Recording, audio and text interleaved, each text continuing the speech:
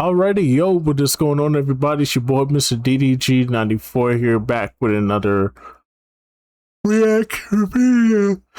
Today, we finna react to Ralph Tresvant, Living in a Dream, 1987. Hey, man, if you was part of my stream this week, when we was watching a New Edition, you would know that this album never came into fruition because, well, let's just be real. Ralph got manipulated into making any Heartbreak instead of making his solo project.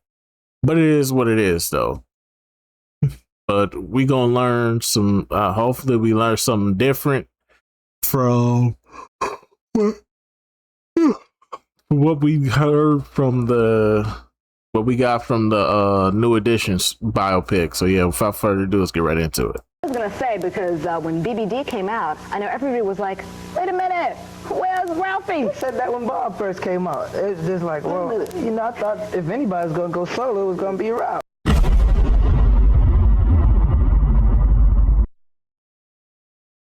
It's been about a week since the airing of the Bobby Brown documentary on A&E.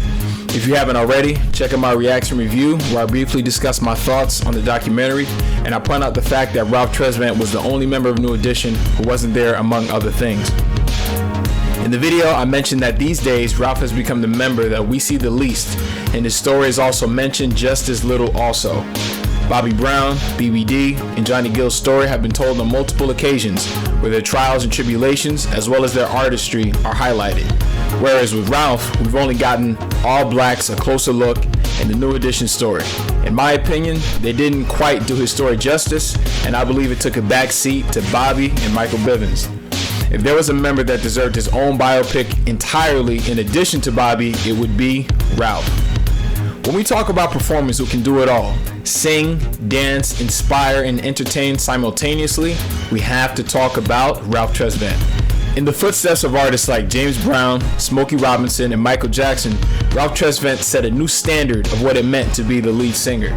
At New Edition's peak in popularity, it was only a matter of time that Ralph would eventually part ways with the group and achieve the same level of solo success as the aforementioned.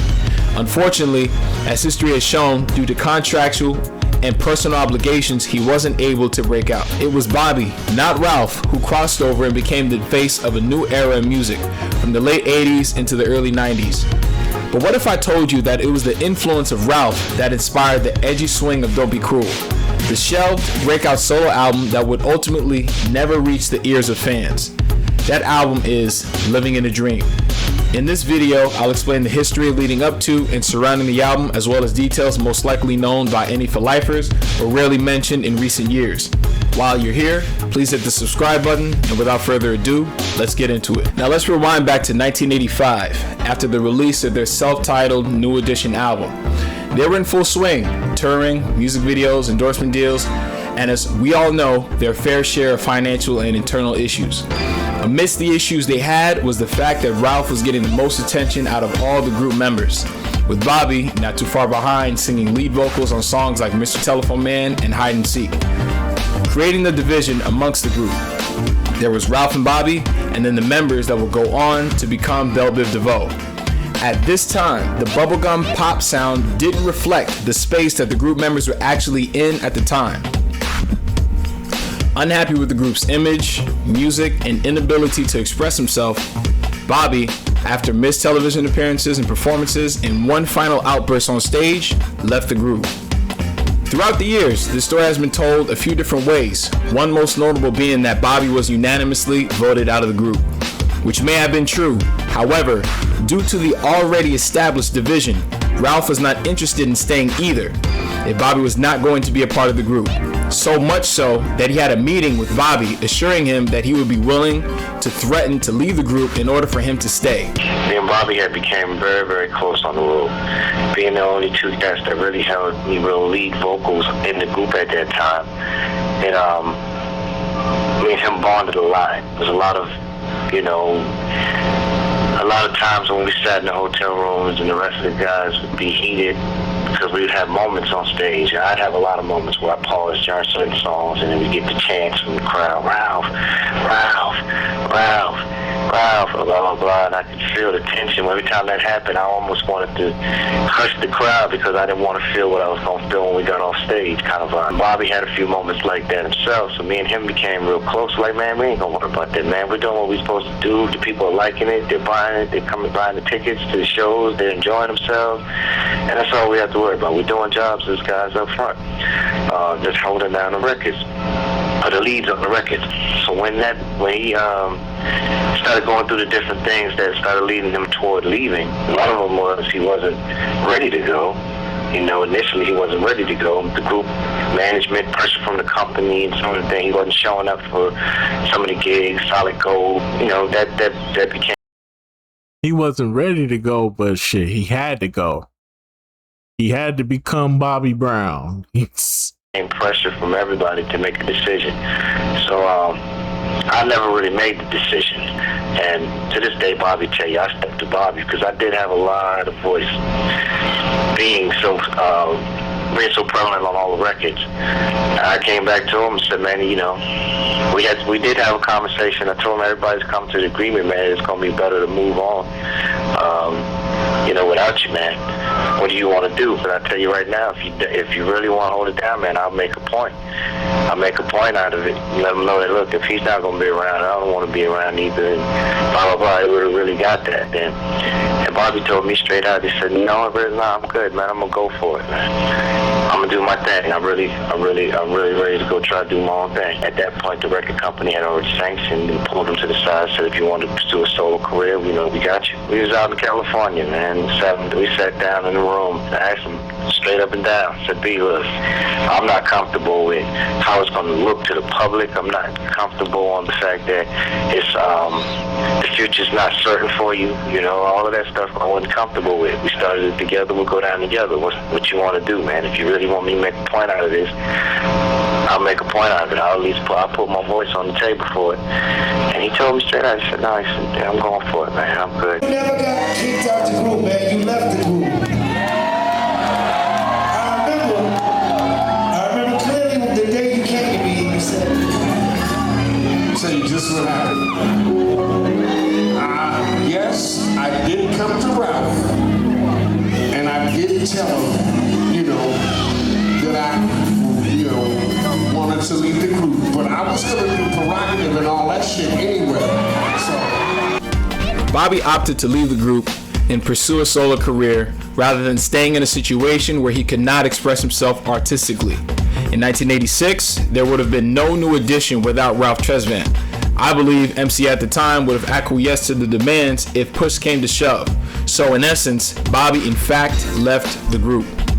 Ralph and Bobby still maintained a close friendship. The group moved forward without him and into a period that they would refer to as a layoff, releasing their last album under contract to Jumping Street Productions, Under the Blue Moon. Although the group was still together, there was still feelings of resentment from the other members towards Ralph. This tension would ultimately come to a head after the American Music Awards in 1987, and what was supposed to be a moment of camaraderie and appreciation turned into a confessional of true feelings from the other members. Well, I honestly thought there was a lot of standoffs. You know, there was a point where we had won our first music award. I was in the room, and this is what triggered me to go record an album, period. I was in my room, and I was talking with some of my buddies who was traveling around with me at the time.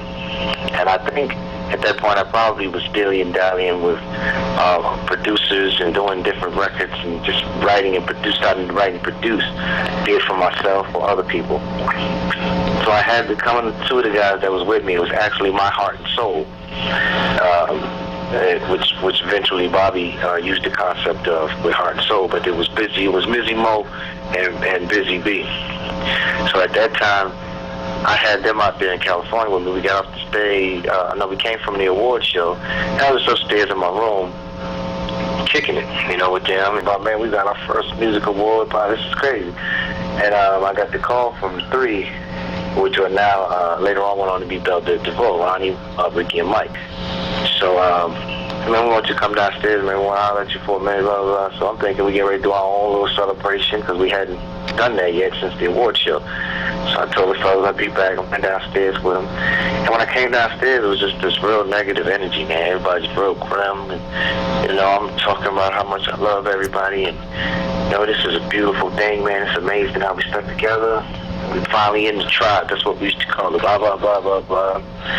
And after all of this, man, I just love you guys. I'm glad we stuck out, man. I can't wait to see what's going to happen. And Mike finished that. And, my little... said what I had to say, and then I heard from Mike. Mike said, yeah, but we business partners now. And I paused for a minute, and I said, well, what is that supposed to mean, man? Did you hear anything I just said, man? What did that have to do with what we're talking about? It's some whole other stuff on me, and then I think Rick was like, yeah, he's right, though. I was like, and I'm trying to figure out where you going with this? What is that supposed to mean? And I don't think I got it real clear from him. Next thing I know, I looked at Ron. I called his man. I said, Ron? And Ron didn't say anything. He just kind of put his head down, like, And I said, all right, you know what, man? I've had my last moment where I'm going to feel like you guys are, always teaming up on me, making me feel bad during great moments and different things where I feel like I'm doing pretty good as a lead vocalist and one of the members in the group that ain't had no flag, been having everybody's back, been pushing for everybody to do songs, be equal in the group. That's how we always saw it in our mind. We were all lead singers, and so it started changing when we started getting record companies and all that involved. But initially, we were all the same member. All of us were lead singers. All of us were focal points, and I was fighting for all of that stuff. And I keep getting slapped. Felt like I kept getting slapped in the face. So this last time I'm going to get slapped in the face. That's when I left. I got on a plane, and I went back home to Boston. And I hadn't spoke to anybody for a long time. In the midst of that time, during that time, I recorded the Living in a Dream album. Despite telling management that him singing all lead and background vocals on the records was not sustainable, and suggesting that they allow other members to sing songs, even writing what will go on to be one of the most popular phrases in pop culture, Ronnie, Bobby, Ricky, and Mike, he was still labeled as a business partner rather than an ally or a friend. It was at that point Ralph decided to distance himself from the other members, which led to them having to perform without him for the first time at an awards show in Memphis. It was the three of us, and it was Ralph. We was in Memphis at the Lou Rawls Gold Awards, and we were supposed to do a New Edition performance with the four of us. And Ralph didn't get on the plane. So to us, we're sitting in the dressing room, and we're a little confused. And I asked my mom, because Ralph and I live 10 minutes away from each other. I asked my mom to go over Ralph's house to see if he would pick up the phone and tell him that we're in Memphis and is he gonna get on the plane and join us? We got this performance. My mom went over there and she's knocking on the door and the music's playing, and then she waited till the music stopped and she's still knocking on the door and she could hear people in there and she's ringing the buzzer and nobody opened the door. And honestly, that day was probably the turning point in our relationship as friends outside of business, because it was my mom, and it affected me because it affected her. In the midst of that time was when he began working on what would become his first solo album. Having seen the moderate success and artistic freedom Bobby was given on his album King of Stage, it gave Ralph even more ambition to create a new sound and look for what he would eventually call Living in a Dream. Bobby, that became Bobby's blueprint. He'll tell you that to this day. Right. And Bobby lived and breathed and ate that album every day. The whole concept, the swing I was on, the two dancers, just the whole vibe. He actually named, from one of my hooks, he named a remix called Dance You Know. Yeah, that was one of the hooks in my joint. That's where Bobby took off. I gave him that whole campaign. The two dances, the swing, the style Bobby went, and put beats in Teddy's ears, the hump and the hop he wanted to be on beat-wise. Right. And that's how that whole style started blowing up, man.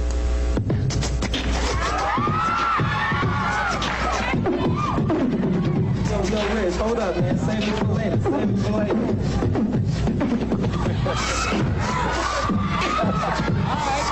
Hold up. Come on, man.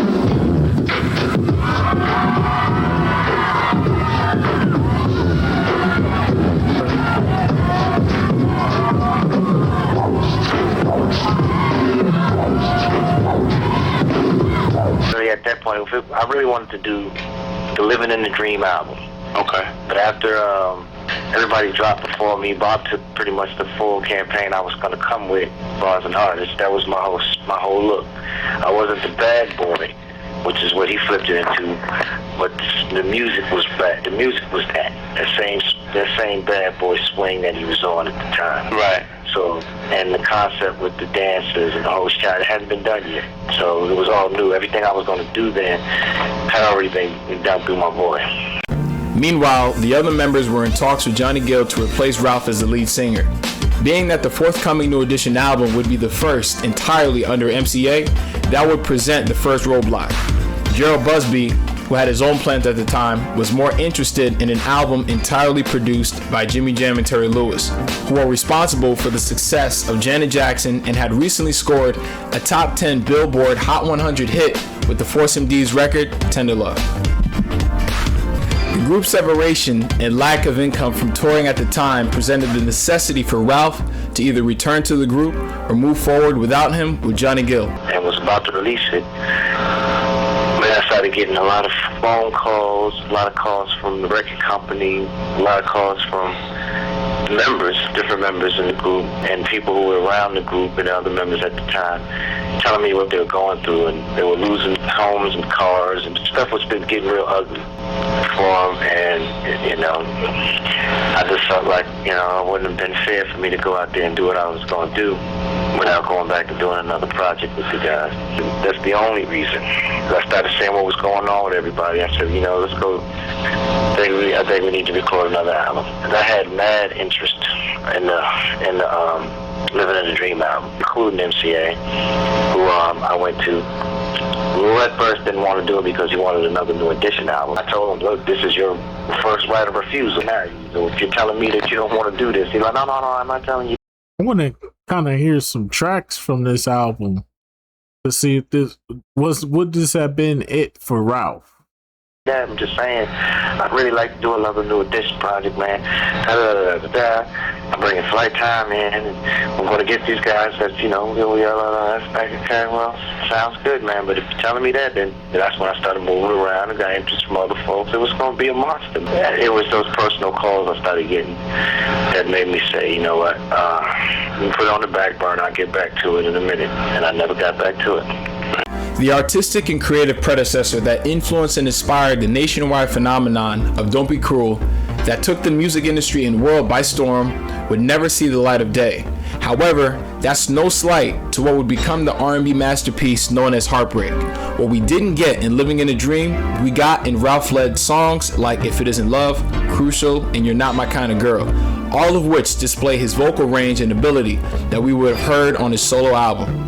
In 1990, the other members of New Edition would go on to release their own solo projects that strayed from their traditional clean-cut sound, each in the same up-tempo, edgy vein as Don't Be Cruel. In the end, Ralph would be the last member to release a solo album, paving the way with Sensitivity.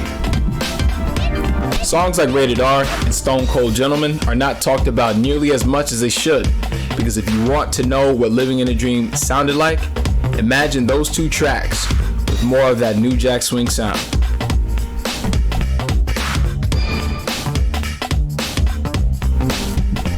I hope you made it to the end of this video that I believe was very necessary.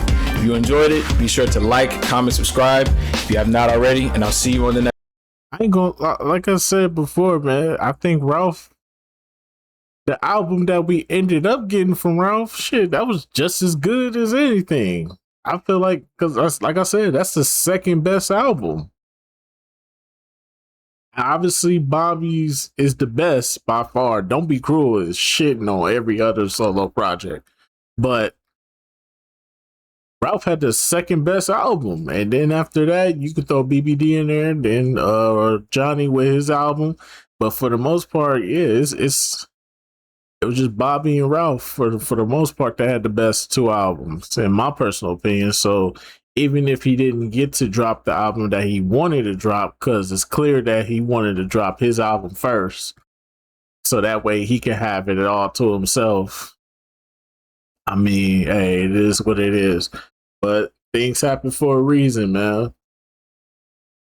It is what it is. But anyway, so that's just gonna about do it for this one, most definitely, man. sucks that Ralph didn't get to make the album that he wanted, but the album that we got, can't complain. It was just as good as any other album. Not better than Bobby's, but just as good. But anyways, though, I'm just gonna about do it for this one. I'll see you on the next video. Till then, deuces.